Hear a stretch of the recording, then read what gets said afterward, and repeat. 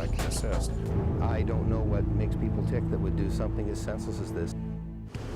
Strathmore RCMP received a report of vandalism at the Western Irrigation District gates just outside of city limits. It's believed the incident took place around 7 p.m. on Saturday, July 7th. It appeared that suspects had smashed off a padlock that secured the gates themselves with an unknown item, possibly an axe or another heavy tool such as that. There are some flywheels that control the flow of water at these gates, that these flywheels had been smashed and damaged, and also that a portion of the gate itself had been damaged significantly.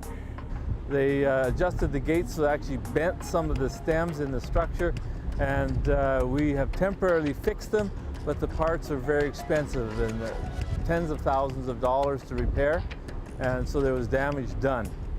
Sometimes we have people that tube or float down the irrigation canals for recreation purposes.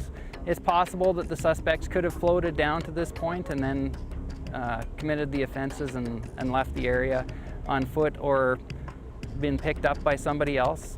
There's farmers that are depending on this water, and there's also the canal can only handle a certain amount of water and fluctuations at a certain time. So when the gates are moved, it affects water flows and level upstream of the structure and downstream of the structure. And it poses a danger. You could adjust the flow and wash out bridges or culverts, and it's a risk to the public. This is basically straight up vandalism. Under the criminal code, it's considered mischief. Because of the estimated value of $20,000 worth of damage to this gate, it would be mischief over $5,000.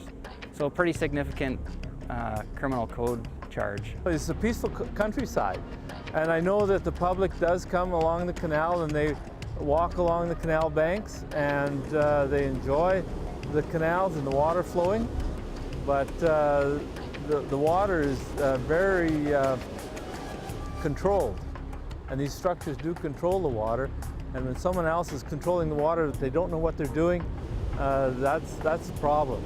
Over 100 farms in the area depend on this canal for irrigation. Luckily, water levels were caught in time to prevent flooding.